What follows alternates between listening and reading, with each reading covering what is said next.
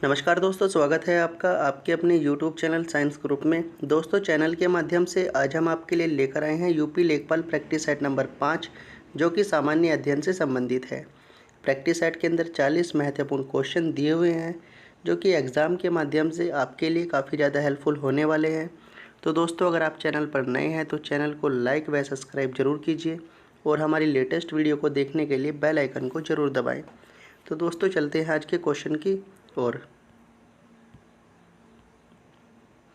तो क्वेश्चन हमारे पास में है फर्स्ट, ब्रिटेन के 120 साल पुराने किस विश्वविद्यालय को बंद कर दिया गया है? ऑप्शन नंबर ए कैम्ब्रिज विश्वविद्यालय, बी वेल्स विश्वविद्यालय, सी लंदन विश्वविद्यालय या फिर डी न्यूजीलैंड विश्वविद्यालय। तो क्वेश्चन है फर्स्ट, राइट है इसका आंसर ऑप्शन नंबर बी यानी वेल्स विश्वविद्यालय को बंद कर दिया गया है। नेक्स्ट क्वेश्चन देखते हैं, किस संस्था ने आदिवासी छात्रों के लिए आदिवासी शिक्षा ऋण योजना की शुरुआत की है? वित्त एवं विकास निगम, वित्त मंत्रालय, राष्ट्रीय अनुसूचित जनजाति वित्त व विकास निगम, डी आदिवासी कल्याण मंत्रालय। तो क्वेश्चन का राइट आंसर है आपका ऑप्शन नंबर सी यानी राष्ट्रीय अनुसूचित जनजाति वित्त एवं विकास निगम। नेक्स्ट क्वेश्चन देखते हैं, रैम निम्न में से किसका एक उदाहरण है? रैम की फुल फॉर्म होती है रैंडम एक्सेस मेमोरी। ये नॉन वोलेटाइल मेमोरी है, बी कैश मेमोरी है, सी वोलेटाइल मेमोरी है या फिर डी वर्चुअल मेमोरी है। तो क्वेश्चन का राइट आंसर है आपका ऑप्शन नंबर सी, ये एक वोलेटाइल मेमोरी है। नेक्स्ट क्वेश्चन देखते हैं कि भारत में अंग्रेजी शिक्षा शुरू की थी किसने? लॉर्ड कर्जन ने, जवाहरलाल नेहरू ने, लॉर्ड मैकाले या फिर डी लॉर्ड डलहौजी ने। तो क्वेश्चन का राइट आंसर है आपका ऑप्शन नंबर सी यानी लॉर्ड मैकाले ने भारत में अंग्रेजी शिक्षा की शुरुआत की थी। नेक्स्ट क्वेश्चन देखते हैं, भारत में प्रमुख फ्रांसीसी बस्ती बताइए। यानी सबसे पहली जो बस्ती थी कहाँ बसी थी फ्रांसीसियों की? गोवा के अंदर, पुदुचेरी के अंदर, दमन के अंदर या फिर डी कोचीन के अंदर। तो क्वेश्चन का राइट आंसर है ऑप्शन नंबर ए यानी गोवा के अंदर सबसे पहले फ्रांसीसी बस्ती बसी थी। नेक्स्ट क्वेश्चन है आपका कि किसको सामान्य बोलचाल में भारत का प्रक्षेपास्त्र पुरुष मिसाइल मैन कहा जाता है? Doctor CV. Raman, doctor Hargobind Khurana, doctor S Chandrasekhar या फिर D doctor APJ. Abdul Kalam. तो क्वेश्चन का राइट आंसर है आपका ऑप्शन नंबर डी यानी डॉक्टर ए.पी.जे. अब्दुल कलाम। अब्दुल कलाम जो है ए.पी.जे. अबुल पाकिर जैनुलाब्दीन अब्दुल कलाम इनका पूरा नाम है। ठीक है दोस्तों, नेक्स्ट क्वेश्चन देखते हैं, क्रिकेट का प्रथम विश्व कप कब आयोजित हुआ था? आप सभी को पता होगा अगर आप क्रिकेट देखते हैं। ये ऑप्शन नंबर फर्स्ट है 1975, बी 1976 ईस्वी में, सी 1983 या फिर डी 1980 में। तो क्वेश्चन का राइट आंसर है आपका ऑप्शन नंबर ए यानी 1975 में।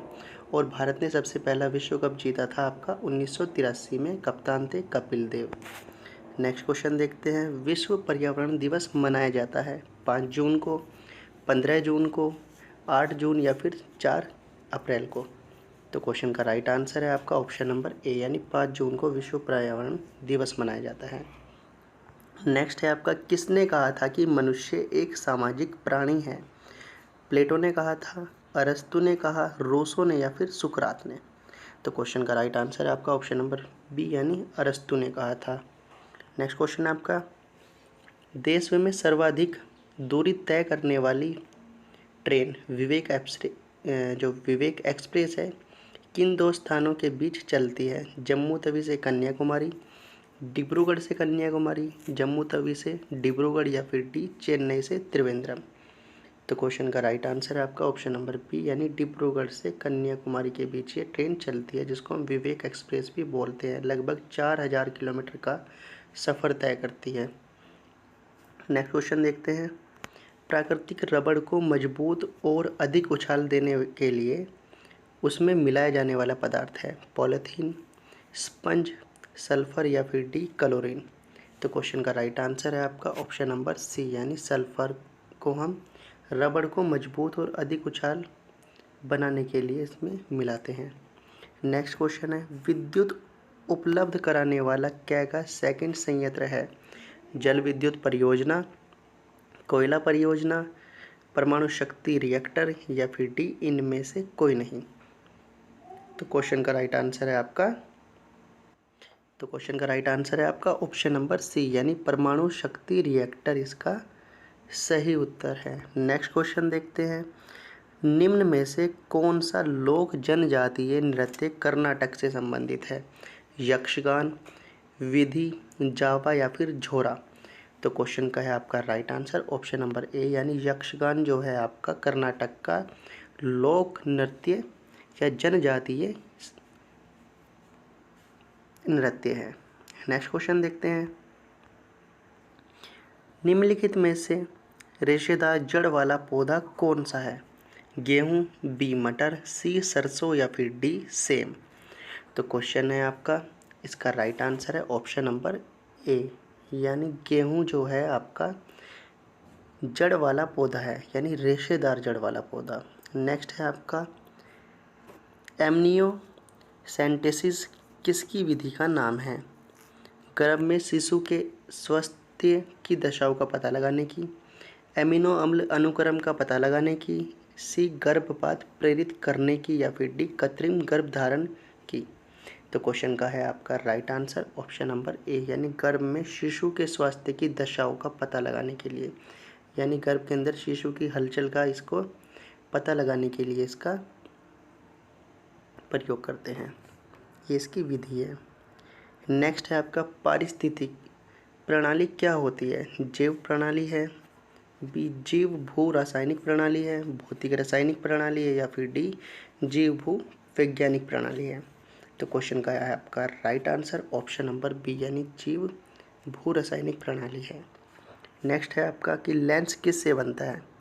पायरेक्स कांच से बनता है, फ्लिट कांच से बनता है, साधारण कांच से या फिर डी कोबाल्ट कांच से बनता है। तो ये बनता है आपका फ्लिट कांच से। ठीक है दोस्तों।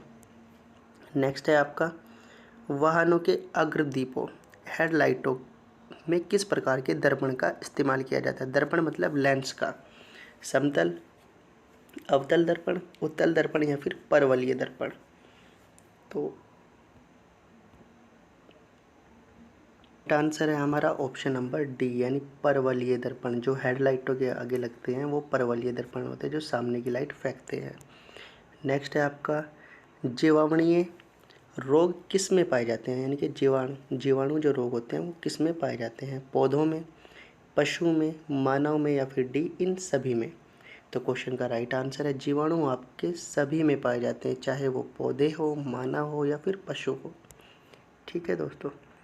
किसी शिशु के वंशागत जीनों की कुल संख्या में पिता से प्राप्त जीनों की संख्या अधिक होती है, माता से प्राप्त जीनों की संख्या अधिक होती है, माता और पिता यानी प्रत्येक से प्राप्त जीनों की संख्या समान होती है या फिर माता पिता से प्राप्त जीनों की संख्या एक समान कभी नहीं होती है। तो क्वेश्चन का है आपका right answer option number C यानी कि प्रत्येक की जो संख्या होती है माता और पिता की दोनों वो समान होती है। ठीक है दोस्तों। नेक्स्ट देखते हैं उपादान लागत पर राष्ट्रीय आय निम्नलिखित में से किसके बराबर होती है? निविल राष्ट्रीय उत्पाद अप्रत्यक्ष कर प्लस सहायता, निविल राष्ट्रीय आय प्रत्यक्ष कर और सहायता, सकल राष्ट्रीय उत्पाद मूल्यह्रास प्रभार या फिर डी निवल राष्ट्रीय उत्पाद विदेश से निवल आय। तो क्वेश्चन का है आपका right answer option number A यानी जो उत्पादन की लागत है वो अप्रत्यक्ष कर और सहायता से होती है। क्वेश्चन नंबर नेक्स्ट है आपका कि किस पंचवर्षीय योजना का मुख्य उद्देश्य आर्थिक आत्मनिर्भरता था? प्रथम, द्वितीय, छठी या फिर चतुर्थ। तो क्वेश्चन का है आपका right answer option number D यानी चतुर्थ के अंदर आपका आर्थिक आत्मनिर्भरता का इसका उद्देश्य था। ठीक है दोस्तों।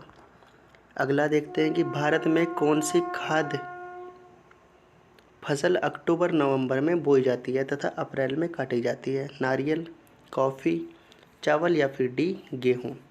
तो क्वेश्चन का राइट आंसर है आपका डी यानी गेहूँ जिसको हम रबी की फसल बोलते हैं। ये गेहूँ जो होता है हमारा रबी की फसल होता है।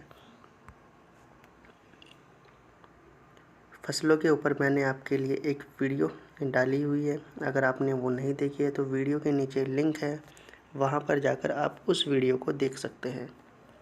क्वेश्चन नंबर नेक्स्ट देखते हैं। कुव्वत उल इस्लाम मस्जिद यानी जो दिल्ली में है, उसका निर्माण किसके द्वारा किया गया था? कुतुबुद्दीन ऐबक, अलाउद्दीन खिलजी, इल्तुतमिश या फिर डी मोहम्मद आदिल शाह। तो क्वेश्चन का है राइट आंसर आपका ऑप्शन नंबर ए यानी कुतुबुद्दीन ऐबक ने कुव्वत उल इस्लाम मस्जिद का निर्माण कराया था। नेक्स्ट क्वेश्चन देखते हैं कि दिल्ली का वह सुल्तान कौन था जिसकी मृत्यु पोलो खेलते हुए हुई थी? ये कुतुबुद्दीन ऐबक था, अलाउद्दीन खिलजी था, फिरोज शाह तुगलक या फिर D Ghiyasuddin Tughlaq.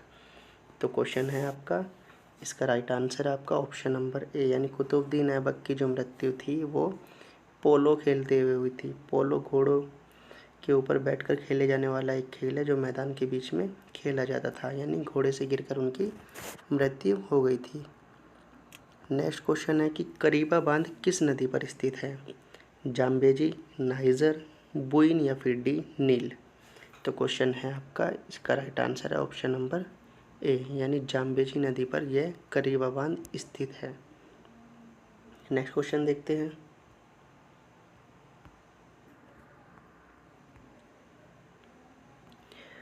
Next question है हमारे पास कि विश्व की सबसे लंबी नदी है मिसिसिपी, अमेजन, सिंधु जिसको हम इंडस बोलते हैं या फिर डी नील नदी। तो आप सभी को पता होगा कि विश्व की जो सबसे लंबी नदी है वो नील नदी है। नेक्स्ट है आपका कि सूर्य के बाद पृथ्वी से सबसे नज़दीकी तारा कौन सा है? वेगा, सीरियस, प्रोक्सिमा सेंचुरी या फिर डी अल्फा सेंचुरी। तो क्वेश्चन का है राइट आंसर आपका सीरियस। नेक्स्ट है आपका कि सूर्य की ऊर्जा का स्रोत किस प्रक्रिया में निहित है? फोटो इलेक्ट्रिक उत्सर्जन में, नाभिकीय विखंडन में, सी नाभिकीय संलयन में या फिर डी तापा यानी उत्सर्जन में। तो क्वेश्चन का राइट आंसर है आपका ऑप्शन नंबर सी यानी कि नाभिकीय संलयन में ये सूर्य की ऊर्जा का स्रोत है। नेक्स्ट है आपका कॉफ़ी होती है एक, कॉफ़ी जो पीने वाली होती है, कॉफ़ी आपने पी होगी, उसको हम कॉफ़ी बोलते हैं, क्या है? उपोष्ण शुष्क यानी झाड़ी है, उपोष्ण शीतोष्ण झाड़ी है, उष्ण कटिबंधीय झाड़ी है या फिर ठंडी शीतोष्ण झाड़ी है। तो कॉफ़ी जो है हमारी वो है आपकी उष्ण कटिबंधीय झाड़ी। ठीक है दोस्तों। नेक्स्ट है आपका कि निम्नलिखित में से किसका उत्पादन खरीफ के मौसम में नहीं किया जाता है? बाजरा और चावल, मक्का और ज्वार, जौ और सरसों या फिर डी ज्वार और चावल। तो क्वेश्चन का राइट आंसर है आपका ऑप्शन नंबर सी यानी जौ और सरसों का जो उत्पादन है वो खरीफ के मौसम में नहीं किया जाता है। ठीक है जी। नेक्स्ट है आपका क्वेश्चन, भारत सरकार का संवैधानिक अध्यक्ष कौन है? राष्ट्रपति है, प्रधानमंत्री है, भारत का मुख्य न्यायाधीश है या फिर डी महान्यायवादी है जिसको हम कैग बोलते हैं। तो क्वेश्चन का है राइट आंसर आपका ऑप्शन नंबर ए, राष्ट्रपति जो है आपका भारत का संवैधानिक अध्यक्ष है। नेक्स्ट है आपका कि निम्न में से भूमध्य सागर है? अरल सागर, हिंद महासागर, चीन सागर या फिर डी अरब सागर। तो क्वेश्चन का राइट आंसर है आपका ऑप्शन नंबर ए यानी अरल सागर जो है आपका भूमध्य सागर है। नेक्स्ट है आपका कि निम्नलिखित में से वह व्यक्ति कौन है जिसे भारतीय संविधान के तहत आपातकाल की घोषणा करने के लिए अंतरिम प्राधिकारी माना जाता है? तो आप सभी को पता है, ऑप्शन बोलने की ज़रूरत नहीं है, राष्ट्रपति ही वो व्यक्ति है जो भारतीय संविधान के तहत आपातकाल की घोषणा करते हैं। नेक्स्ट है आपका कि निम्न में से कौन सी नियुक्ति भारत के राष्ट्रपति द्वारा नहीं की जाती? लोकसभा अध्यक्ष, भारत का मुख्य न्यायाधीश, सी है आपका वायु सेनाध्यक्ष या फिर डी थल सेनाध्यक्ष।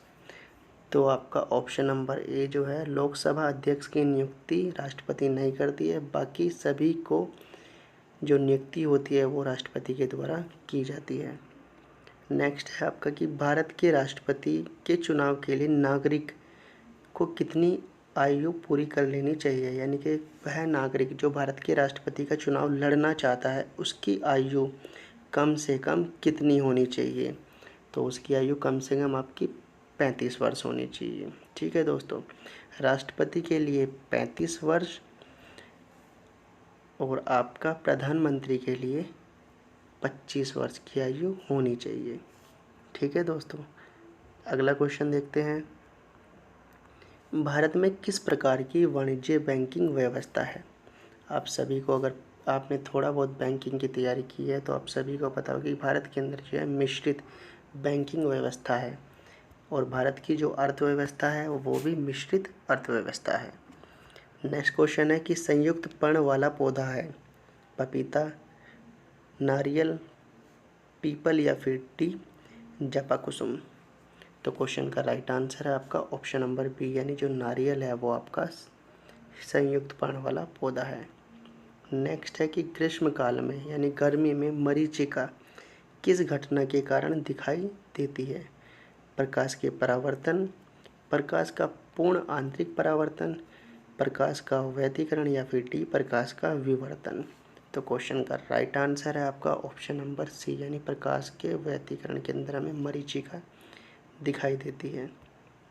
नेक्स्ट है आपका कि जब लोहे में जंग लगता है तो उसका भार क्या होगा? बढ़ेगा, घटेगा, उतना ही रहेगा या फिर अनुमेय यानी कि अनुमान नहीं लगा सकते?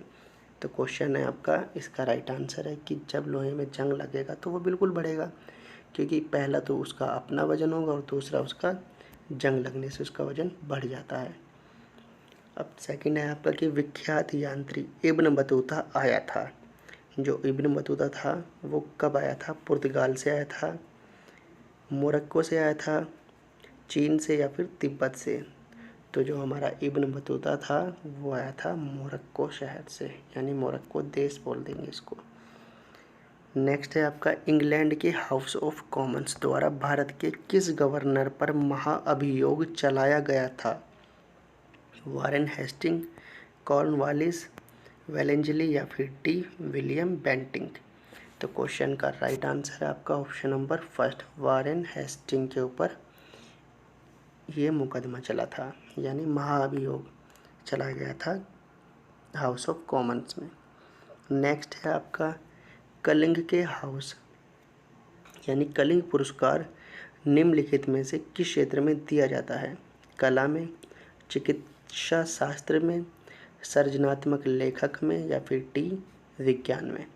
तो क्वेश्चन है आपका, इसका राइट आंसर है ऑप्शन नंबर सी, यानी लेखन के अंदर आपको कलिंग पुरस्कार दिया जाता है।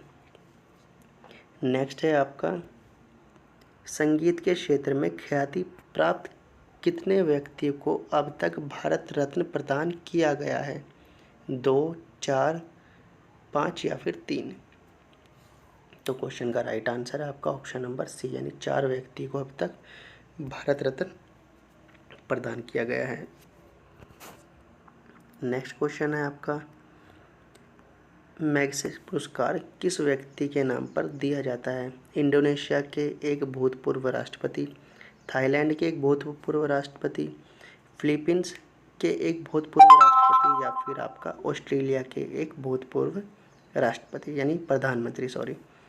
तो क्वेश्चन का है आपका right answer option number C, यानी जो मैग्सेसे पुरस्कार होता है ये पत्रकारिता के रूप में दिया जाता है, जो अभी हाल ही में एनडीटीवी के एंकर न्यूज़ जो है उसके रविश कुमार को ये मिला था और ये फिलीपींस के द्वारा दिया जाता है।